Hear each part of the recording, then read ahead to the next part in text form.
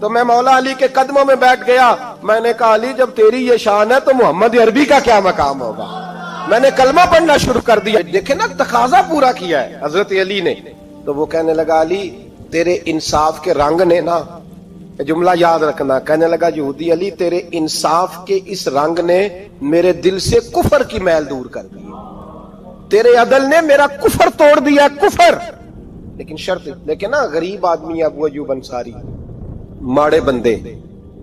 اب تو پیر اور مولوی بھی گنجائش نہیں نہ دیتا کسی کو بولنے کی.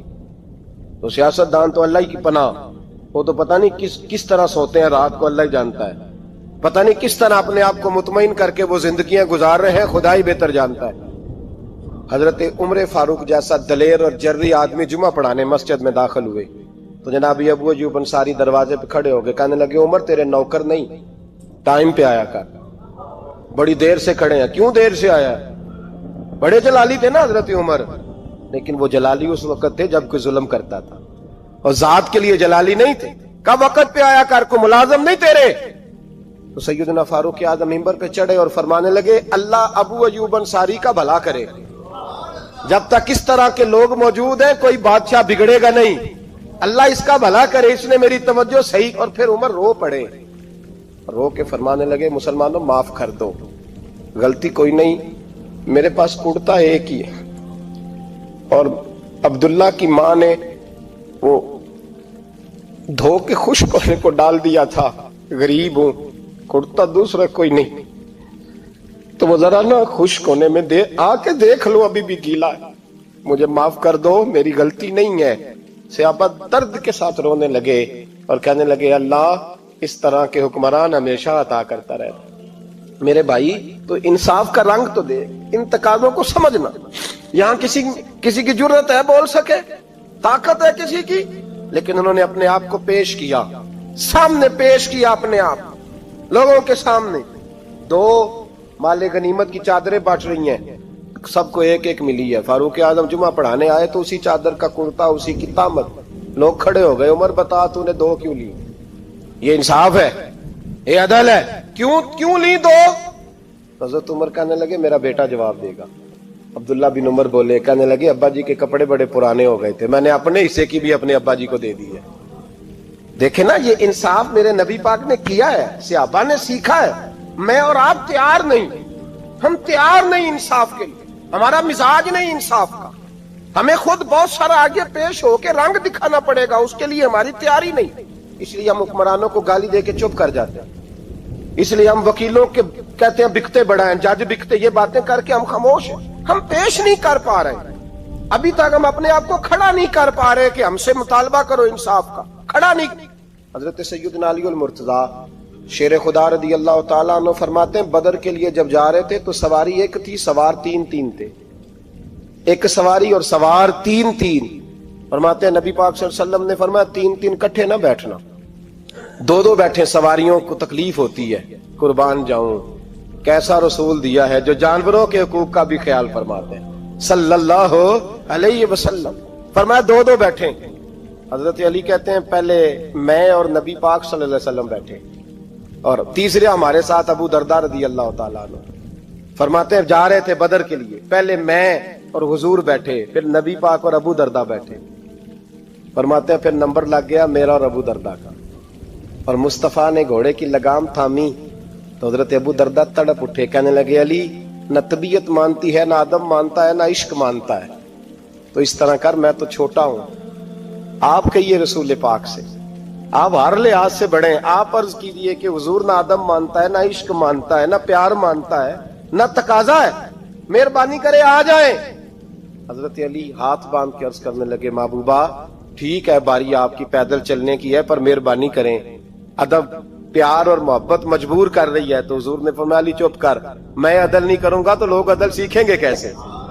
اگر میں عدل نہیں کروں گا تو قوم سیکھے گی کیسے؟ مجھے عدل کرنے دے, انصاف کرنے دے. فرمایا چلنے دے مجھے پیدل, کچھ نہیں ہوتا. تقاضا عدل جب تک پورا نہیں ہوتا, آپ یقین کریں میرے صاحب کہا کرتے تھے میں عدالت کو عدالت نہیں کہتا, کچہری کہتا ہوں, اس لیے کہ عدالت وہ ہوتی ہے جہاں عدل ہوتا ہے. یہاں تو حال یہ ہے, بتائیے وکیل کو نہیں پتا ہوتا کہ جو میرے پاس آیا یہ غلط آدمی ہے, وہ اس کی حمایت کرتا ہے کہ نہیں؟ اس کے ساتھ چلتا ہے کہ نہیں؟ جھوٹ کے ساتھ آخر تک لڑتا ہے کہ نہیں لڑتا؟ جو گواہ بن کے جا رہے ہوتے ہیں انہیں پتا ہوتا ہے کہ نہیں کہ ہم جھوٹے کی گواہی دینے جا رہے ہیں؟ تو پھر کیا سارا ظلم حکومتیں کر رہی ہیں؟ معاشرہ بھی تو اپنی ترتیب بدلے نا، لوگ بھی تو اپنا رنگ بدلے نا، لوگ بھی تو طبیعت بدلے نا۔ کون منتخب کرتا ہے انہیں ظالموں کو؟ عوام، اور پھر اس کے بعد شکوہ بھی عوام ہی کرتی ہے۔ خدا را تقاضے سمجھو، مزاج سمجھو، طبیعت سمجھو اسلام کی۔ میرے نبی پاک صلی اللہ علیہ وسلم نے عدل کا بول بالا کیا ہر مقام پر، ہر نقطے پر۔ رسول پاک صلی اللہ علیہ وسلم نے عدل عدل اور عدل کی آواز بلند فرمائی۔ کوئی مقام ایسا نہیں۔ آپ پڑھیے کتابیں، اگر ایک کلمہ پڑھنے والے اور یہودی کا فیصلہ آیا ہے اور نبی پاک صلی اللہ علیہ وسلم نے یہودی کو حق پہ سمجھا ہے تو نبی پاک نے یہودی کے حق میں فیصلہ دیا۔ وہ منافق بگڑ گیا ہے، حضرت عمر کے پاس گیا ہے، لیکن حضور نے فرمایا جہاں جاتا ہے جا، فیصلہ وہی کیا جائے گا جو عدل پہ مبنی ہوگا۔ میرے رسول پاک علیہ الصلوۃ والسلام کے صحابہ کے قریب دنیا داری آ سکی نہیں آئی۔ حضرت ابو بکر صدیق نے پانی مانگا تو لوگوں نے دودھ دیا، فرمایا پیچھے کرو۔ ابو بکر نے نعمتیں چھوڑ دیے۔ اب ابو بکر وہ والا کام کرتا ہے جو رسول پاک نے کیا ہے۔ فرمایا نہ دودھ شاید پیش نہ کرو، جو مانگتا ہوں بس وہ دو۔ حضرت ابو بکر صدیق نے بڑے مالدار تھے۔ حضرت عمر فاروق رضی اللہ تعالیٰ عنہ کے پاس صحابہ کرام جمع ہو کے آئے، کون سا ایسا شخص ہے جس کی تنخواہ میں اضافہ ہو جائے؟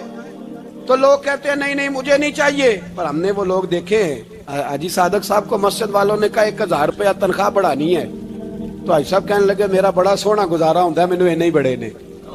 حضرت سیدنا عمر فاروق رضی اللہ عنہ صحابہ اکٹھے ہو کے گئے، کہنے لگے عمر حضور کے زمانے میں بظاہر غربت رہی، جناب صدیق اکبر کے زمانے میں غربت، اب تو بڑی ریل پیل ہے، بحرین سے لاکھوں کا مال آتا ہے، آپ کو بڑے بڑے سفیر ملنے آتے ہیں، پر آپ وہی پرانا کرتا اور وہی تامت جو کئی جگہ سے سی آپ نے کئی جگہ سے پھٹی۔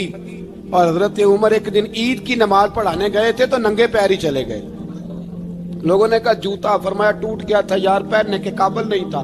فرمایا ننگے پیر آ گئے اور لوگ کیا کہیں گے؟ فرمایا چھوڑو، عمر کے پاؤں ننگے ہیں لیکن عمر کے کردار میں تو کوئی شک نہیں نا، پیر ہی ننگے ہیں نا، کیا ہوا؟ چھوڑو اس بات کو، کوئی پیار نہیں دنیا داری سے، دولت سے کوئی چکر ہی نہیں۔ حضرت سیدنا عمر فاروق رضی اللہ تعالیٰ عنہ کو صحابہ نے اکٹھے ہو کے کہا، یہ ہے امت کے بیدار ہونے کے طریقے جو عرض کر رہا ہوں۔ کہا جناب آپ اب بڑا مال غنیمت ہے اور جس طرح ہر صحابی کا حصہ ہے آپ کا بھی حصہ ہے، تو ایک نیا کرتا ہی ڈال لیں آپ خرید کے۔ اب جب مشورہ ہو گیا صحابہ میں تو کہنے لگے عمر سے بات کون کرے گا؟ نیا کرتا پہننے کی عمر سے بات کس کو برا لگتا ہے جی؟ نیا کرتا کون بات کرے گا؟ حضرت سیدنا علی المرتضیٰ کا انتخاب ہوا۔ کہنے لگے مولا علی کی بڑی عزت کرتے ہیں، ان سے بڑا پیار کرتے ہیں، ان سے بات کرتے ہیں۔ تو حضرت علی کو بلایا گیا، عرض کی حضور مہربانی فرمائیں، حضرت عمر سے کہے نئے کرتے کے لیے۔ آپ فرمانے لگے عمر میری بڑی قدر کرتا ہے، بڑی بات سنتا ہے، پر یہ والا کام نہیں میں عمر سے کہہ سکتا، یہ کسی اور سے کہو۔ تو کہنے لگے آپ رہنمائی کر دیں، کس کو کہیں؟ تو جناب علی المرتضیٰ فرمانے لگے اگر حضرت عائشہ صدیقہ سے کہو گے تو عمر فوراً مان جائے گا، وہ مومنوں کی ماں ہیں۔ صحابہ حضرت عائشہ کے پاس، اماں جی عمر کو بلائیں، ان کو کہیں بڑے بڑے سفیر آئے ہوتے ہیں، وہی پرانے کپڑے پہن کے بیٹھ جاتے ہیں۔ اللہ اکبر۔ حضرت عائشہ نے پیغام بھیجا، فرمایا عمر کو بلاؤ۔ عمر فاروق دوڑے ہوئے آئے، پردے کے پیچھے حضرت عائشہ کے پاس گھٹنوں کے بل، اماں جی دیر تو نہیں کر آیا میں آنے میں؟ حکم ہو، حضور کے گھر سے پیغام آیا، بڑے بڑے سفیروں کو چھوڑ کے بھاگے۔ حضرت عائشہ صدیقہ کہنے لگی عمر دیکھو جائز پیسے ہوں تو اسلام اچھے لباس سے منع نہیں کرتا، اب بڑا بڑا مال آیا ہے، اب تیرا بھی حصہ ہے، تو صحابہ کرام کی خواہش ہے کہ نیا کرتا پہن لو، بڑے بڑے سفیر آتے ہیں، حرج بھی کوئی نہیں، جائز بھی ہے، کو منع نہیں۔ حضرت عمر نے گردن جھکا، جی اماں جی، جی اماں جی، جی اماں جی۔ حضرت عائشہ کہتی ہیں بات ختم ہوئی، عمر نے گردن اٹھائی تو عمر کی داڑھی آنسوؤں سے بھری ہوئی، کہتی ہے مجھے کہنے لگے اماں جی میں تو صرف مسجد میں دیکھا کرتا تھا، آپ تو مصطفیٰ کو دن رات دیکھتی تھیں، جس طرح کے کرتے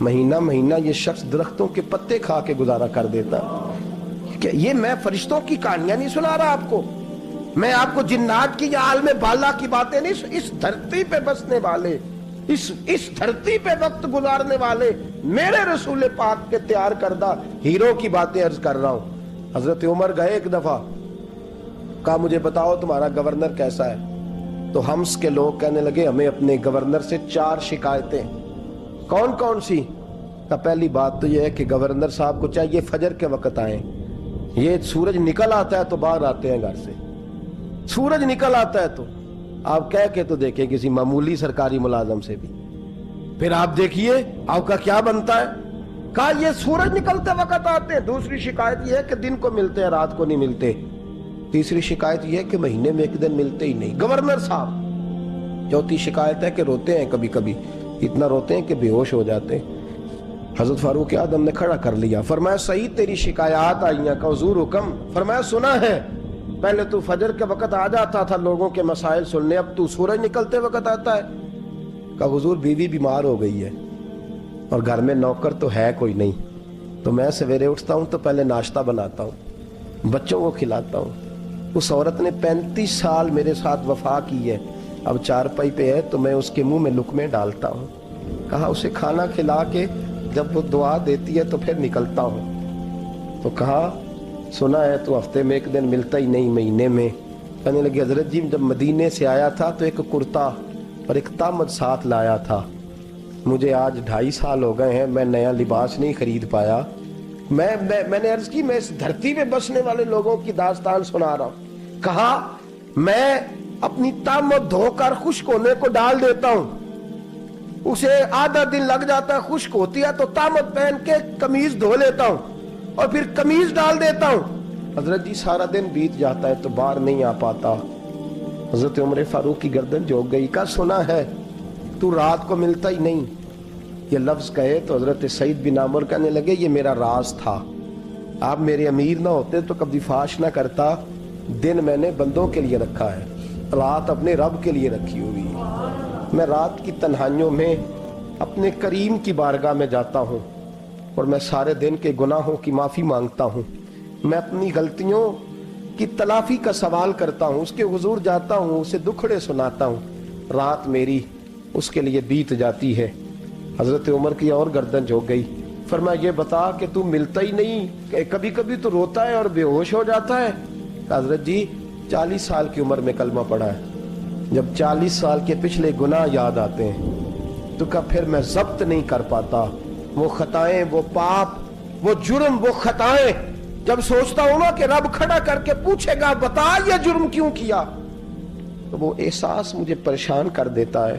حضرت جی میں پھر برداشت نہیں کر پاتا, پھر میں تڑپ اٹھتا ہوں, میری یہ کوتاہیاں ہیں, بتائیے کیا کہتے ہیں. حضرت فاروق اعظم نے گردن اٹھائی تو آنکھوں میں آنسو تھے. کہنے لگے یا اللہ مجھے اس جیسے کچھ اور گورنر بھی عطا فرما, یا اللہ اس جیسے کچھ اور گورنر بھی. عزیزو اپنا حال کیا ہے. ملک شام جب فتح ہوا تو حضرت سعد بن ابی وقاص رضی اللہ تعالیٰ عنہ کہتے ہیں کہ کچھ لوگ مجھے کہنے لگے کہ ہم آپ سے معاملات طے نہیں کریں گے, ہم جزیہ دیں گے, ٹیکس دیں گے, اسلامی حکومت کے زیر اثر آئیں گے, لیکن آپ سے معاملات طے نہیں کریں گے, اپنے امیر کو بلائیے. تو حضرت سیدنا سعد بن ابی وقاص کہتے ہیں میں نے خط لکھا. فرماتے خط لکھا حضرت عمر کو. میں نے کہا جناب آئیے. جواب میں حضرت عمر نے خط میں جواب لکھا کہ فلان دن فلان تاریخ فلان وقت میں ملک کے شام پہنچ جاؤں گا.